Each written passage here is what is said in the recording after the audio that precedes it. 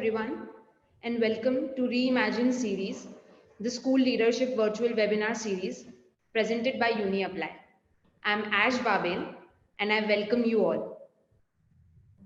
In this series, we discuss with our panelists that are school leaders about how they are decoding the admission process of their city, that is back to school, and decoding it.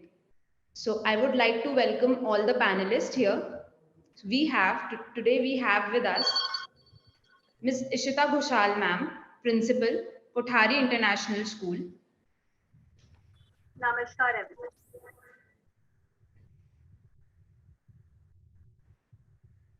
We have Dr. Ashwini Kulkarni ma'am, Founder Director, City Pride School. Hello everyone. Welcome ma'am. We have Ms. Chitra Venkatesan. Welcome ma'am. Hi. Good afternoon. Principal, Indo-Scots Global School, Pune. We have Ms. Rani Thomas ma'am, Principal, Crimson Anisha Global School, Pune. Welcome ma'am. Good evening everyone. So, and I'm your moderator today, Ash Babel. Hello. Hi. So, without wasting much time, we'll skip to the topic that we want to discuss today. That is back to schools. How are school decoding this new part again, that is back to school? So, my first question is to Chitra ma'am. That ma'am, how is your school fully operational now, and or like it is in hybrid mode? Physical classes are going on. Like how it is currently happening? Yeah. So far we had online classes only, and the exams are happening. Once the exams get over, next academic session, we are planning to start full physical, but still we want the children to have getting adjusted to the say physical classes. So we would be continuing with the hybrid model till June. First April, and April will be starting, and till June we'll be having hybrid classes, and at the most till July. And later on, we would be continuing with the physical classes. Like full-fledged physical classes? Yes, full-fledged. Yes. Okay. Rani ma'am, how are we taking forward it for your school? Actually, we have reopened our campus, and we have actually about 50% of our students are already coming on offline, and the rest, as ma'am said, we have most of them attending online. So we have a hybrid mode also at the moment. But April onwards, we have taken it, we will be going into offline mode compulsorily. And from then on, it will be only offline. We're not going in for the hybrid mode come April. Okay. Ashwini ma'am, as we heard that both the schools is currently hybrid. So it is similar on what is the strength which is coming physically right now? We have fully started offline. So we have around 89% to be precise.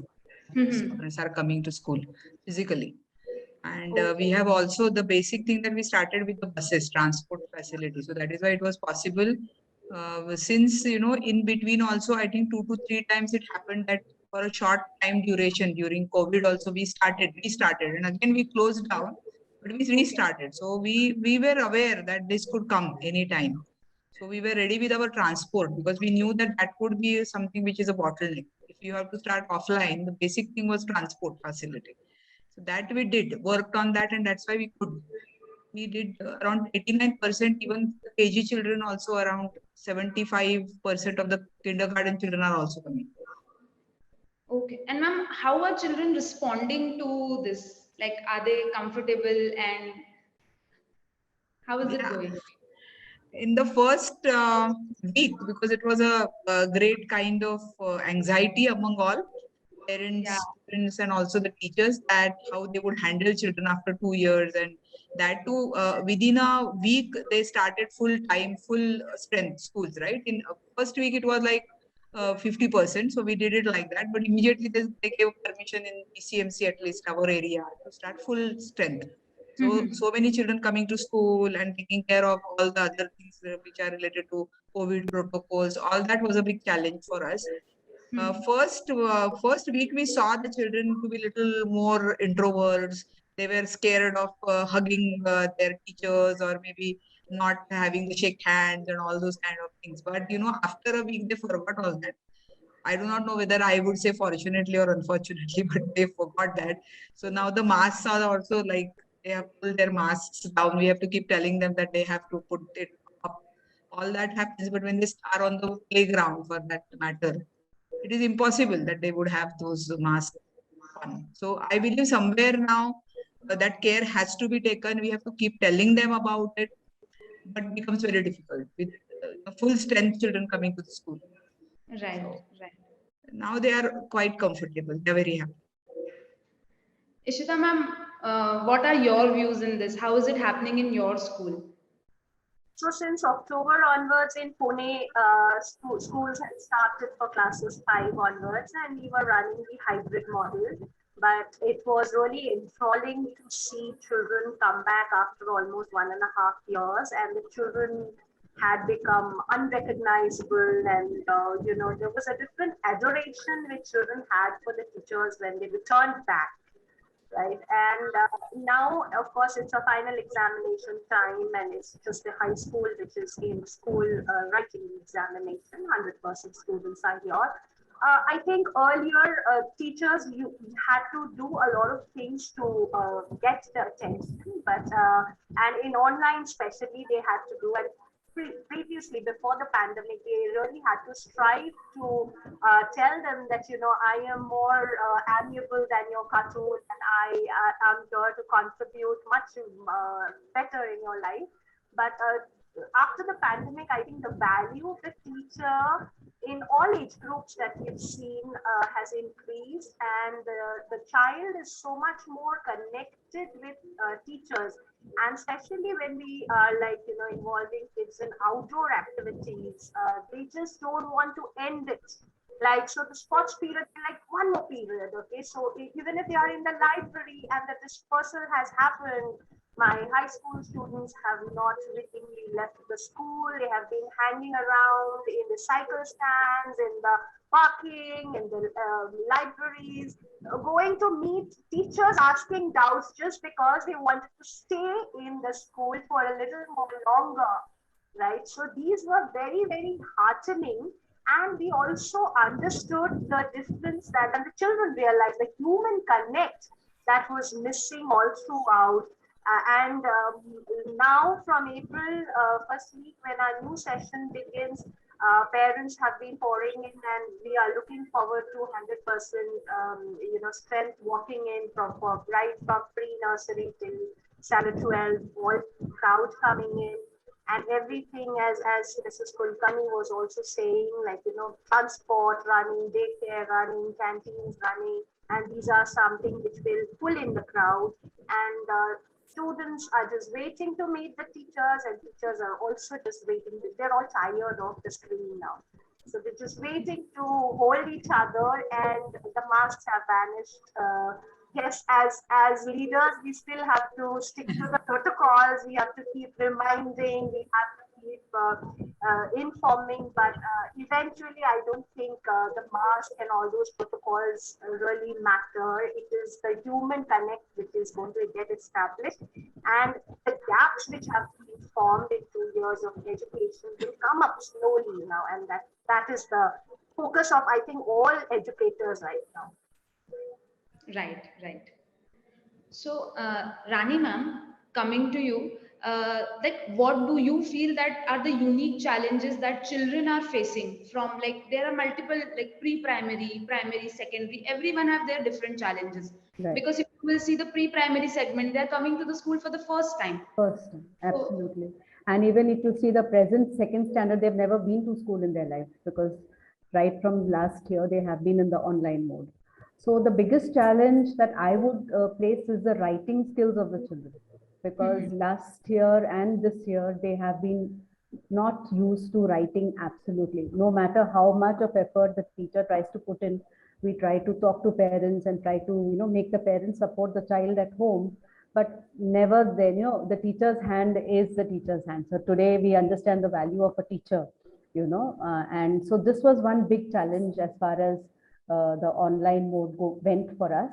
Then second is about the concentration level, because of government restrictions, our classes, so to speak, were just for around 30 minutes maximum. We couldn't go beyond that because the screen time had to be restricted. So what happens is, the concentration level of the children expect that. So when they started coming to the offline classes, that transition was not very easy for them. So that was another area, because you couldn't make these children sit, and listen to what was being said in the class and being done. First, as ma'am said, they were exceedingly excited to meet their friends and see their teachers and things like that. So the excitement in itself was a challenge. And the second part was making them sit and actually do activities took some time, because they had to fall into that correct mode again. Then the biggest challenge, again, as I am sure all the principals would agree with me, is the writing of examinations.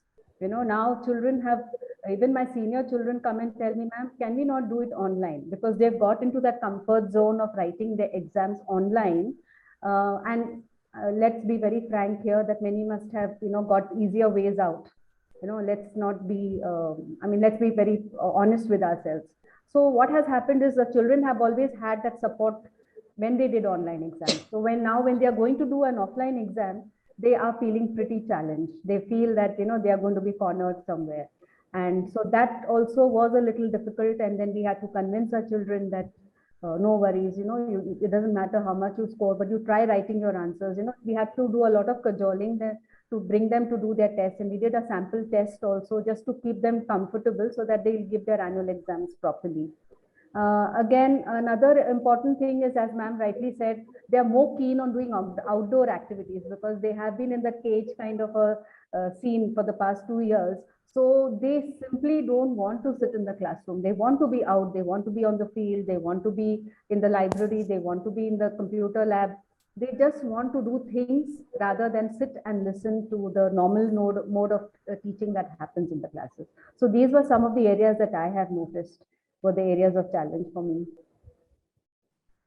Chitra ma'am, as we discussed with ma'am that concentration, writing, and bringing back the child to school, do you also face few of these challenges? Yeah, of course. Even talking about say secondary students, I would add up to Miss Thomas what she said was all of them are totally excited when we announced that we will be starting school physically. They were so much excited, and those students, those were coming to school also, even they got a gap of say 5-10 minutes. Also, they wanted to be in the field. And they were asking all the teachers, we want to play, because they had been say confined to between say 4 walls and watching only the screen and doing all those even worksheets, other things that has been given to them. Also, it's been set online. Totally, I feel that they had wanted a change, and all the children, everybody must be agreeing that they want a change to be left physically. And the children, those who have attended the school, they had been just going around the corridors and just cherishing those moments when they were in school, what all this happened. We were playing here, we were sitting here, we were dancing here, like that. They were just, when you see them just talking to each other, you can see that they are completely excited and they enjoyed those days. And those students, those who were had gone to hometown, because of this, we had a hybrid learning only that time. So when they see these children in the classes, they were also telling, ma'am, they are lucky to be there in the school. We are also eagerly waiting to come to school. All those things is there. And also, see, definitely online classes won't be a complete replacement for physical classes. There they can talk to their teachers personally. They can they sit with their best friends, talk to them, avoid screen timing, and many other things. Even being in school, every child will have different learning experience, this one. So that is the main thing they are missing out. And of course, that examination, when it comes to examination, initially, children were difficult and they were a little nervous also attending the online examination. But once they got used to it, we had to take lots of counseling sessions for the students in fact, we even had practice session of giving a say sample question paper and how to attend all those things and all. And after that also few of them were not that comfortable, but once they became comfortable, they want to continue with the online examination again with the support that can be provided. So this is what we have faced. So as Chitra ma'am talked about that counseling sessions and to make them more understand about the school and they are missing out. Ashwini ma'am, a question to you that do you think that during these even hybrid model and in online classes, a learning gap was created in a child? Yes. So how we as a school are going to cover that gap? Yeah, certainly we have made a plan because I think gaps, understanding the gaps. So diagnosis will be very important now. So when we have decided in our school that our final examination would be a diagnostic test. It would not be a general final examination the way we used to take it earlier to COVID.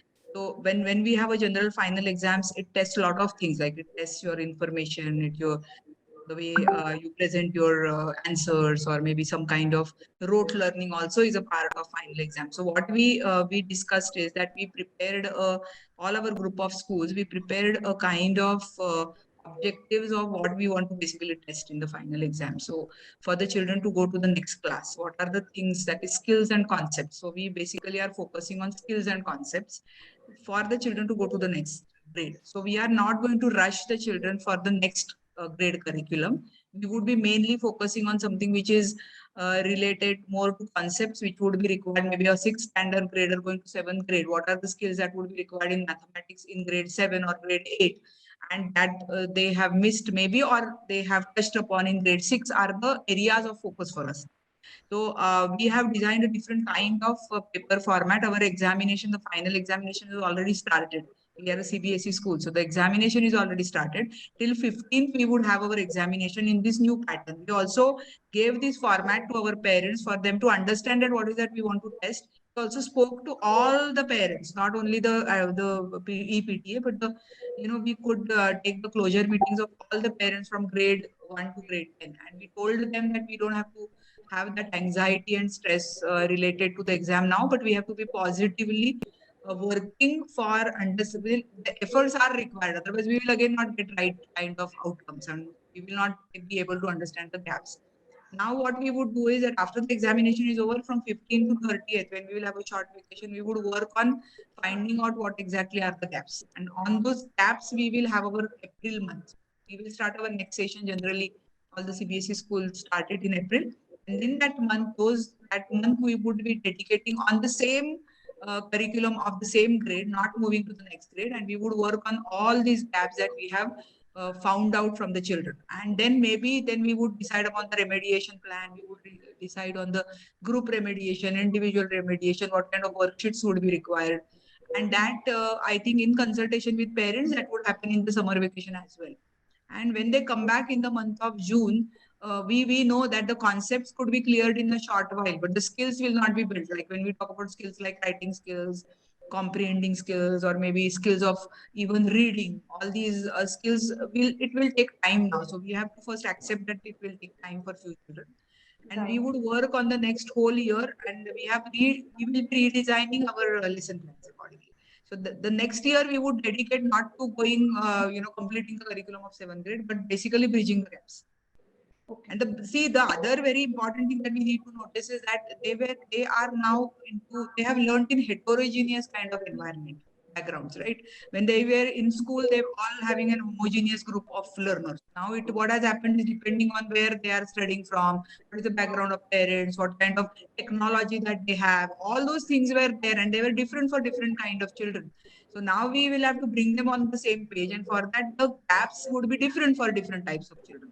So we may have to work on individual smaller groups. So that is what we are now ready to do.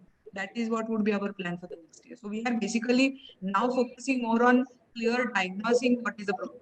If we have the diagnostic kind of test done, we would get a better picture, I believe. Right. So that is what is our plan. So first is the identification of gap, and then everyone have to come together and work on it. Yeah. So it will require parents support also to you, like a lot of parent support. Absolutely. That is why we took an meeting of every class group. So every class group, we took separate meetings, told them about what is that we are expecting in, through these exams, whatever worksheets that we are giving, whatever those diagnosis tests that we are taking, what is the basic, objective of that. So once the parents are with you, it becomes easier because then we both together work on that. And when we look at, I basically look at hybrid model is not something that at the same time you are teaching them online and at the same time offline. That according to me is just one part of hybrid. Hybrid is not forgetting what we have learned in these 2 years and how we could now use it in the next year while the children are offline, right? So we cannot forget, and the great things that we have learned in last 2 years, we should not forget because it is very easy to adapt to change. So it is has a negative and positive effects of that. So what is negative is that the children will forget this online, whatever that they have learned, and they will go to offline. Even the parents would do it very fast. So we cannot let them forget that maybe the online test that we used to conduct, like MCQ tests, or maybe we were sending them asynchronous videos of learning. So some concepts we were recording the videos and sending them. So that could be still used in the offline mode. So if the child is absent for a long time, could watch that video rather than going to some external byju's and kind of a things. If our own teachers have taught them something, it is always very close to their heart. And even the teachers also have that good self-esteem because of that, rather than telling them to have an video of some other external person, and maybe somewhere we are not giving that kind of respect to our own teachers. Then they can also teach, right, online. They have done that last 2 years, and we should have that faith in them, so they will also feel that and our parents and our students also will be very happy to see their own teachers doing that online work.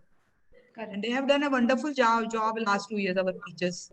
So I believe that they have learned it so fast. We never believed, right, like leaders, that they could do it so fast, but they did it. So I think all that So I feel will be teachers have in this teachers have given like a tremendous response to this thing, absolutely, how they have adapted to this whole concept and have like hats off to them. Hats absolutely, off to them for this thing. absolutely. Seriously. Yeah, this really requires an applause for them. So, Ishita ma'am, as we are talking about the transition that will take place in a student's life from in this particular phase, like either it is learning about their gaps, working on them, coming on offline. So, what do you think is a parent's role in? So, obviously, teachers will be playing their role; they will be putting up their 100% effort. Student also have to participate, but I feel parents' role is also there in it. So, what are your views in? So from March 2020, in education, the parents have become central because, as many of our fraternity people are telling, the environment is no more the classroom. It was the home. So definitely, and especially the primary classes, the onus of learning went to the teaching is happening at this end, but the learning was dependent on the environment given to the child. The stimulations which we used to create in the classroom had shifted to the home. All right. We used to have noise levels, we used to have motivational levels, we used to have a different temperament built at every transition of activity in the classroom, and that was now dependent on the atmosphere there. Now, in education, we have a beautiful term called as cognitive psychology.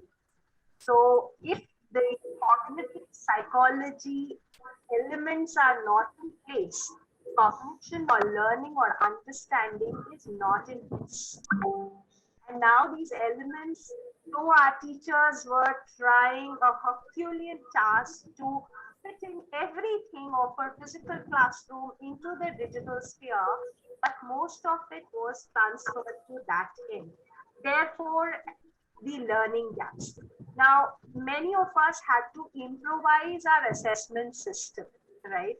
And when we improvised our assessment system, so like for example, with the school that I'm working, has always been working on a very innovative system. So we had reduced the weightage of our examination, which is on pen and paper, and we had given more weightage to exploration, to experiential learning, where the child was involved in projects, case studies, and problem solving tasks throughout the online period, because as Ms. Thomas was saying, illicit methods were more prevalent. Okay, easy access, replication from online portals was an easy access. And however much you have a plagiarism tool, you still couldn't challenge the child because you wanted to motivate him and tell him at least you've written something, right? And it's like, since we are not standing on equity, we couldn't tell them that, you were wrong in that. Therefore, we had to create different objectives for our learning plans as well as assessment plans. And now, with the advent of fully physical, which again is debatable, we don't know how long will we continue physical without any interruptions or interventions, whether it's of climate change, whether it's of any other disturbances or any other diseases. Okay. So keeping this experience of 2 years that we have got online, we actually have worked on another assessment pattern where, yes, largely we are working on diagnostic tools as well, with very strong remediation plans built within the classroom for all age groups. And this remediation plan is now working at skill levels for us. Okay. It is largely the sub skills that we are working on, because you would be surprised the amount of gaps that is formed under listening skills. That's a very broad spectrum, because we presume, oh, the child's auditory functions are fine in audio-visual classes, but listening was most affected. Right. And when we look at, because our attention is so diverged, here I'm not paying attention to what my partner or my peer or my participant is speaking. I'm more busy with something else. There are distractions on my table. A child's listening and comprehension are correlated. So when the elements of listening are affected, whether it's environment reason or cognitive reason, there has to be a root cause analysis. And that requires a different set of teachers training, because teachers don't come ready-made with these kind of tools. Right. So here, as educational leaders, as institutional heads, our task has been this year tremendous. And we, like how the transition phase was, night awakening for the principals, making the transition. Similarly, it has been for us, so that the transition is, otherwise gap analysis will not be there. When gap analysis and root cause analysis, which initially will take a solid amount of time, with teacher expertise is not put in place, we cannot have a remediation to take care of each element. And that is something which will rectify the 2 years gap, whether it's first time school comers or whether it is any other class where these learning gaps have happened. And worse so for the both batches where syllabus cut downs were there and they are resuming in 11th standard with a different set of syllabus. It is very unnerving that we as educators cannot complain, but we have to prepare our goals with foresight, prepare our team accordingly, and fight these challenges. So challenges are not one; it is many. Okay, it is many. So when we look at, these are just learning gaps, which are again associated with so many socio-emotional gaps, which is diverse, because each one has seen each kind of environment, whether it's of loss or pain or deprivation or extreme indulgence, right? So everything would be brought back to our classroom, and they are all part and parcel of the baggage in the learning atmosphere. Right, right. So, Rani ma'am, I have one question for you. So, many parents have not admitted their child in nursery class or in formal school just because they thought that this pandemic is going to prolong. So Yes. they were concentrating more on homeschooling part, or I'll get admitted my child next year. What do you have any suggestion for them? Like what should be their next step? Actually, you can't blame them because they themselves, I mean, the parents, most of them are working mothers, some of them not even homemakers, but they have tried their best to deal with the child in the classroom. So they are justified in a certain sense, even if they didn't send their child to formal schooling as such. So we cannot pass a judgment overall and say that what they've done is right or wrong. So I would very honestly say that we take it as per the child. As and when the admissions come in, we will have to look at how much the child has learned being at home, whatever situation the mother or whoever has helped the child to cope up with the classes. Many babies, I'm sure, won't even attend online classes because it's not. I mean, you can't assume that they would be sitting in front of the screen. You cannot expect that to happen. But maybe if that child has been able to learn in some other ways with the help of the parents or with tutors or whatever it may be. So it would be as per, instance wise, like every child's situation would be different. How much the child has been able to cope would be different. And so we could not categorize them generally. So as ma'am said earlier, that bridging of that gap will now be my onus, it will be the onus of my teachers to bridge that gap of different levels of children coming into my school in the nursery level.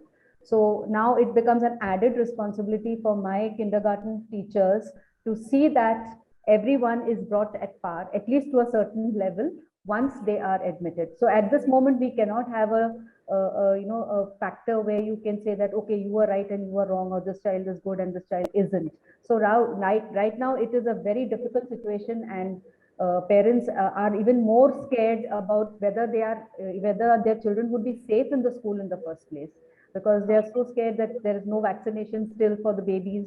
So they are still so skeptical about sending their babies to schools, to a formal school as of now. So we really have to take that into consideration, try to put them at ease, and tell them that we are here, we will take it from here.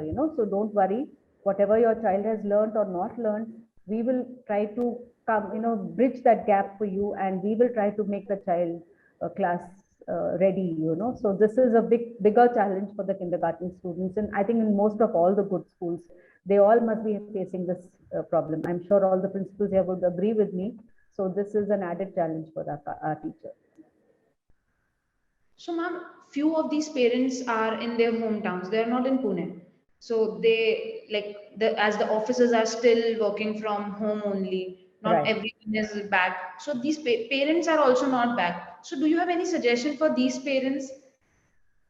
See, their situations are different. I mean, we cannot tell them, okay, now you drop everything and come back to your to Pune, and see that your children are put into schools. They also have a lot of maybe like a lot of financial issues. Some of them may have lost their jobs in the first place. There are so many challenges that they also have. But yes, we will have to meet them halfway, and even the parents have to meet the school authorities halfway and see what best could be done, because we couldn't continue indefinitely in the same mode for a longer time. So somewhere we have to draw the line, and we have to start formal schooling again in the larger interest. But of course, there could be exceptions, and therefore the hybrid mode is to stay. But yes, it also depends on how equipped we are, or the teachers are, to face that situation as and when it comes. So, ma'am, on the same line, I'll just like you to take one question. This is like my child has taken a gap year. Will this decision impact her future?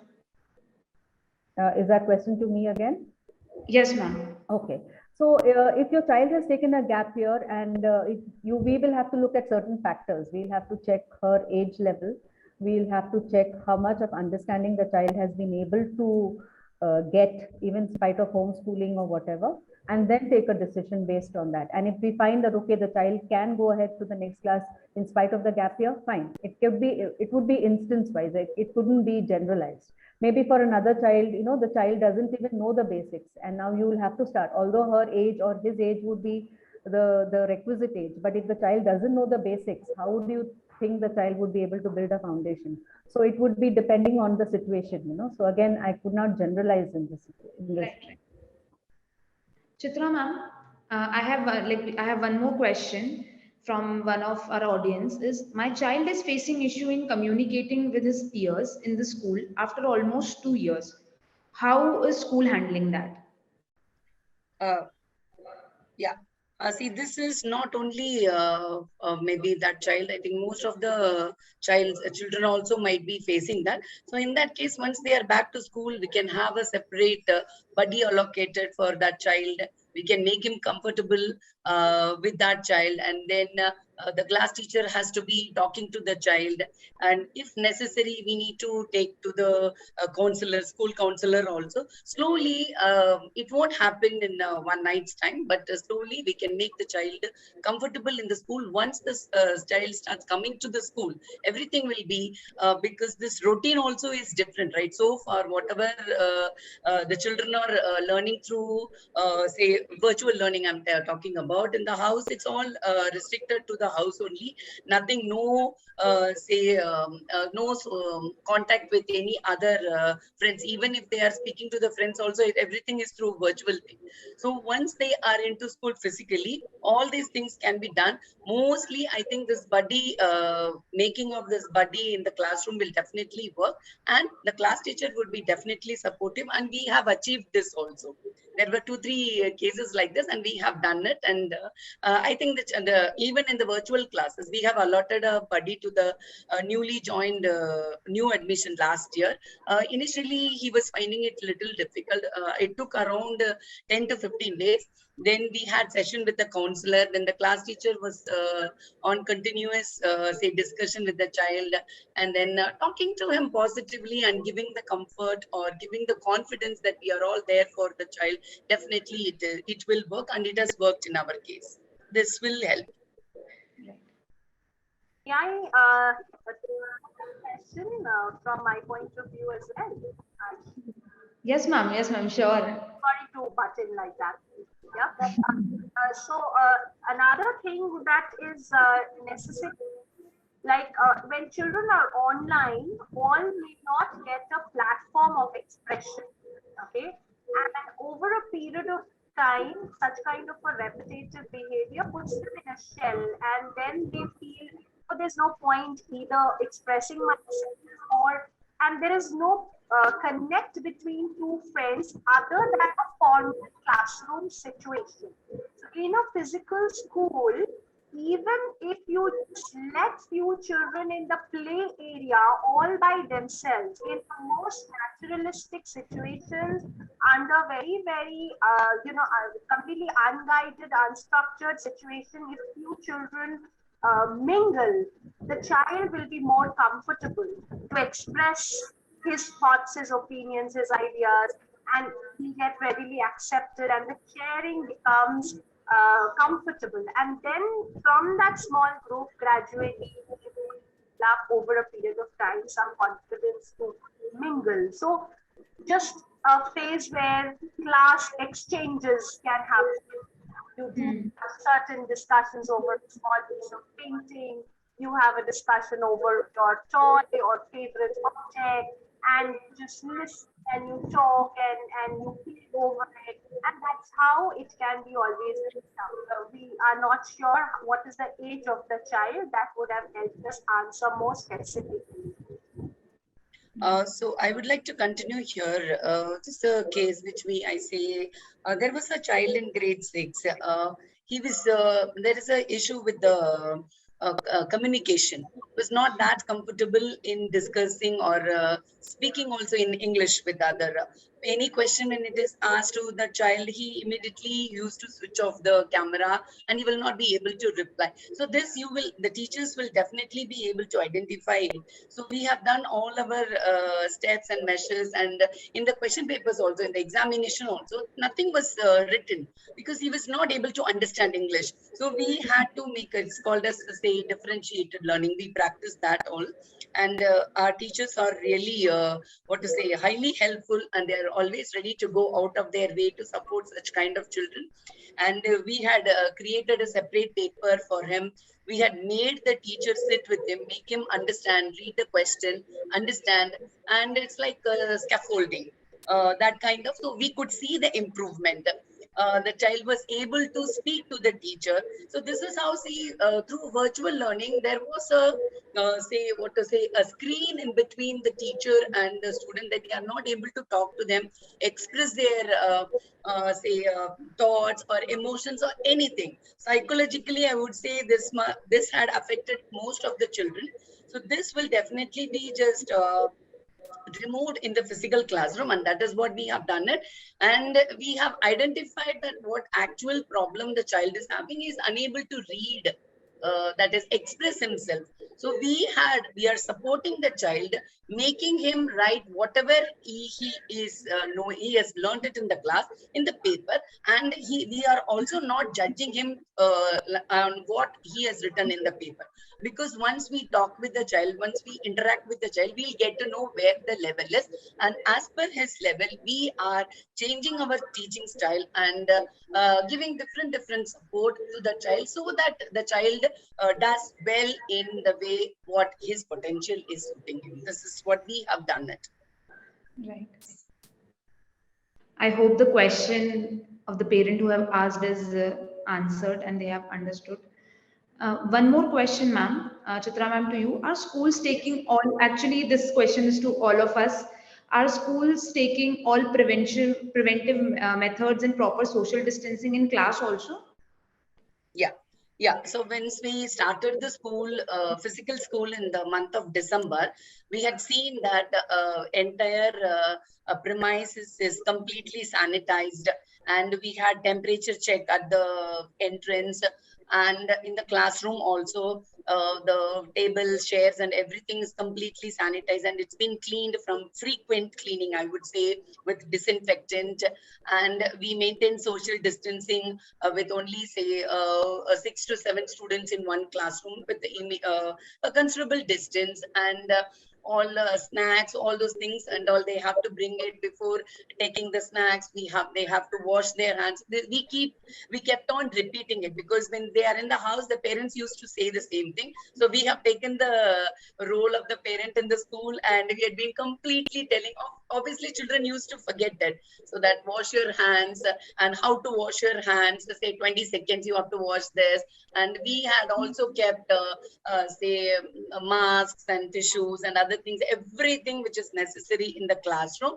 And there was a support staff depending on the number of students, so that she was also on constant watch, that the children do not go nearer to each other, not remove the masks, and use the pedal thing for sanitizing their hands. All those things completely they were under watch. And even when we took them to the ground also, there were 2 teachers with the children in the ground together with the support staff. Everything completely we had taken care of it. Even the sick bay, all those things and all, medical room were kept. It is like not the necessity at the time, but we had kept it ready in case to meet any need arises. Everything were prepared, and children were, and even support staff. Teachers obviously they know, but support staff also, we had a session to educate them how to take care of the children. All those things every now and then. That with that, I think I think this parent would be satisfied with this. This is what we have done in the school. We have done in the school. Right. Ashwini ma'am, what are, like, if would you like to answer this question? Yes, absolutely. I believe that first of all, there was a fear that was like, see, many children had seen deaths in their immediate neighborhood or family. So there was a lot of mental pressure on them. So in the initial phase, as I said, that in 2020 or 21, when we started, or for a short while, and you could see that fear. So the children were not mixing with each other, they were keeping distance. So now in this reopening, it is lowered, that kind of stress and fear. But that time it was a huge fear. And that time for us also, it was the first time that, as Madam Chitra Madam said, that it was the first time that we reopened, right? So we were also very scared that there was a huge responsibility that we felt, that the children are coming to us, and yeah, how to control them from meeting each other, greeting each other. How would we do that? So huge kind of investment the schools, most of the schools have done that on sanitization and keeping those kind of sanitizers everywhere, masks everywhere, whatever children need was there. Even, everywhere in the campus, they were doing the sanitization again and again. Toilets were cleaned because that was one area where the children could go alone. So these are the things that we kept doing. Like, see, it was a responsibility, even if it was an online school, many teachers used to come to school, right? It was not only that maybe the students were not coming, but the teachers started coming in the month of November, December to our school offline. And it was our responsibility to take care of our teachers as well, not only the students. So this whole kind of exercise that we did, I think is going to help us a lot in future too, because now everything is going to change. After post-COVID and pre-COVID, times are going to change. We all have become very much conscious about our health, hygiene, and this would remain. So the masks are not only, like we are now telling the children that masks are not only for COVID. It is also for keeping your hygiene. Pollution levels have increased. So this is a good kind of protection that you should always have. So maybe with this kind of thought, it would go on.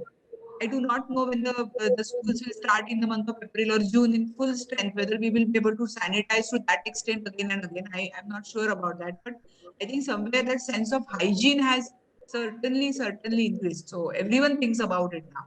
And that cleanliness, general cleanliness is something which is now very important. So the It will schools, go a long we way have with to all of see, us. like, and I believe, anything that, any kind of new culture that you want to actually build, the schools are the best place. So we all know what happened with the crackers, right? When we started it at school with school children, we could achieve what the society wanted to achieve very easily. It was also about pets. So stray dogs and all that. When we catch children to do anything, it works, right? So I believe this health and hygiene should be, if the schools look at it, very seriously, the children are going to spread that message in their societies, housing societies, their homes, their maybe grandparents and all of them, right? So it would become a fantastic kind of a movement if you start with schools. So I think let Right, us look at that in times to come. right. Okay. So, Ishita ma'am, so as we talked about that earlier, we talked about with Rani ma'am and Chitra ma'am that there is a many parents have thought that they will get their admissions on later basis and still have not admitted. What about these parents who want to get their child admitted now? So are the admissions open for the school? Yes. So as a school, Kotari International School is always throughout the year they keep taking admissions. Why? Because my school is situated in a hub, an IT hub, and in this school we get a lot of parents who are coming from abroad, from different states, and because of transferable jobs, we keep our admission open all throughout. And whether it's pre-COVID or post-COVID, this has been our practice. So therefore, definitely the learning gaps, or if that is the issue, like syllabus coverage or things like that. So we run our systems in a little different way. So there are baselines that we take for children at the entry level, depending on the class. If you are really coming in the primary, pre-primary, that's not required. But at least to assess that at what level are you entering, and based on your present status you would have to show that much improvement, and that is what is the teachers are going to build. So even if you are coming in the second quarter of any academic year, which is absolutely fine, and we have a baseline as a point of reference for the parents as well as the teacher and the child to understand where are the milestones that I have to achieve and how do I go about it. We run remediations within classroom programs, so it is not like there are separate groups also where it's like extreme cases, but otherwise within the teaching process itself, these gaps are fulfilled in case of like late admissions or something of that. I mean, late admissions need not be always because there has been a discontinuity in education. It is usually a transfer case or it is usually a relocation. So these cases are always most welcome. And if there is no dearth of seats and if there is no non-availability of a seat, because in in our schools, we are very particular about the count of only 30 students in the classroom, uh, uh, 30 things for every child. So therefore, beyond that, it becomes a problem, and depending on the number of sections and all. But otherwise, there is never go to any admission at any time of the year. Okay. Rani ma'am, what about your school? So the parents who want to take admission now, are the admissions open for them?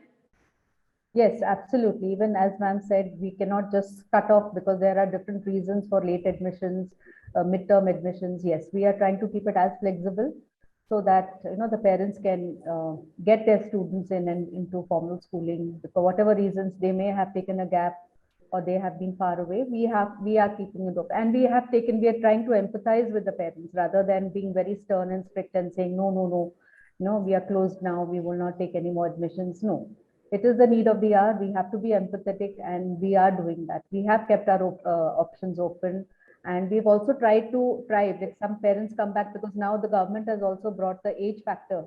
So there are some children who are overage and they have been in different grade. So even there, we have tried to be as flexible as possible and try to accommodate our children so that they get the best of it, because they have missed, all said and done. They have lost a year. They have, even the parents' financial status is also a question. So we have tried to be as sympathetic as possible. Right.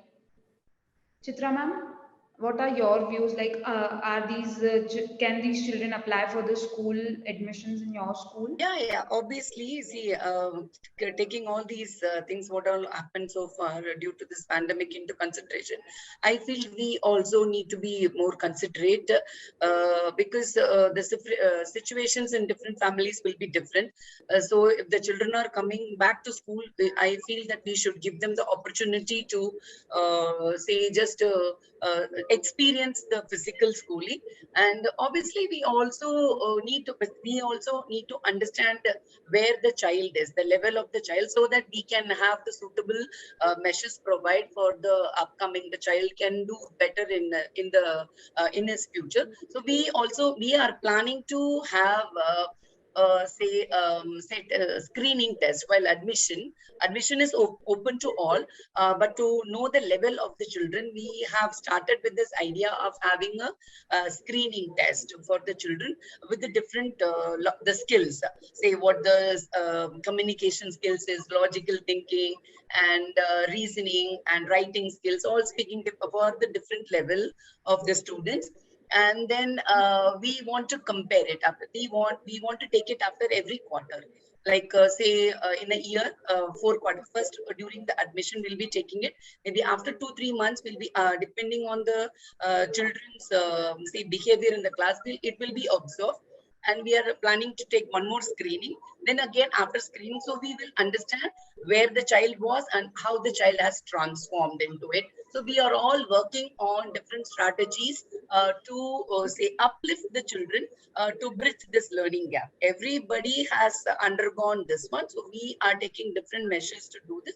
And obviously the admission is open to all, and even say right from nursery, this is what we want to be considerate to all the parents, keeping in mind the entire situation and that is havoc created by this pandemic. Ashwini ma'am, what are your views on this? To be very honest, we have closed our admissions because there is an upper limit to what you can admit. So every grade you have a set number that you can admit as per your infrastructure availability. So we have 4 divisions in every school.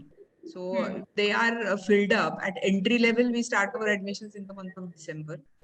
And after that, we have a process of around one month that goes on. So that is an online process.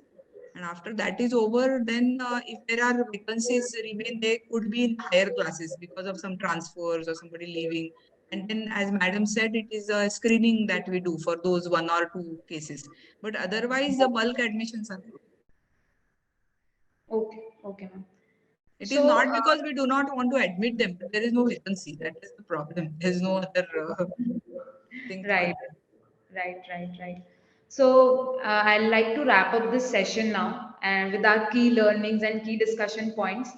So it's like schools are putting up their 100% effort to make their campus full-fledged ready for these children to come back, and to identify the gaps if there are any, to work with them, to work with parents, and like on holistic development of child.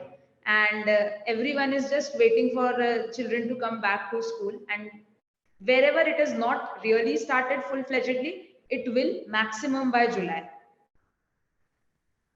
So thank you everyone for joining us today. It was a great session, and I hope all parents have got answers of their questions. So thank you so much. Thank you. Thank you, Thank you. everyone. Thank you. Thank you.